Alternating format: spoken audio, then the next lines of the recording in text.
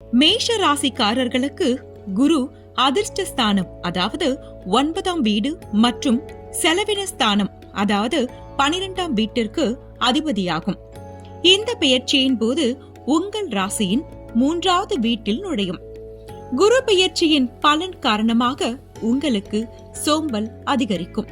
இதனால் உங்கள் வேலையை தள்ளி போடுவீர்கள்.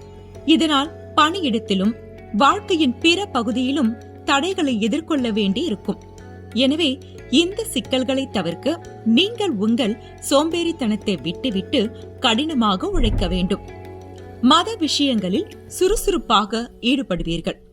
உங்கள் நண்பர்களின் ஆதரவு உங்களுக்கு இருக்கும். அவர்களுடன் நல்ல இடங்களுக்கு செல்வீர்கள். உங்கள் சகோதர சகோதரிகளுடனான உறவுகள் வலுவடையும். இது உங்களுக்கு மகிழ்ச்சியை தரும். தொழிலில் முன்னேற்றம் ஏற்படும். 7ஆம் வீடு, 9ஆம் வீடு, 11ஆம் வீடுகளில் குரு பகவானின் பார்வை இருப்பதால் வியாபாரத்தில் முன்னேற்றம் உண்டாகும். திருமண வாழ்க்கையில் காதல் அதிகரிக்கும். பரஸ்பர உறவுகளில் இருந்து வந்த பிரச்சனைகள் அனைத்தும் தீரும். வியாபாரம் விரிவடைந்து நல்ல வாய்ப்புகள் உண்டாகும். சமூகத்தில் உங்கள் மதிப்பும் மரியாதையும் உயரும்.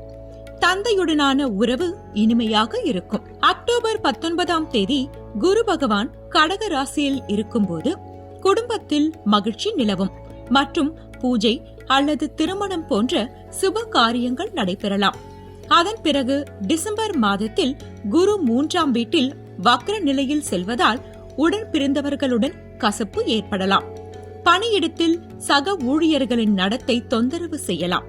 எனவே நீங்கள் கவனமாக இருப்பது நல்லது. பரிகாரம்: வியாழனன்று உங்கள் ஆள்காட்டி விரலில் தங்க மோதிரத்தில் நல்ல தரமான மஞ்சள் புஷ்பராகம் அல்லது தங்க ரத்தினத்தை அணியவும்.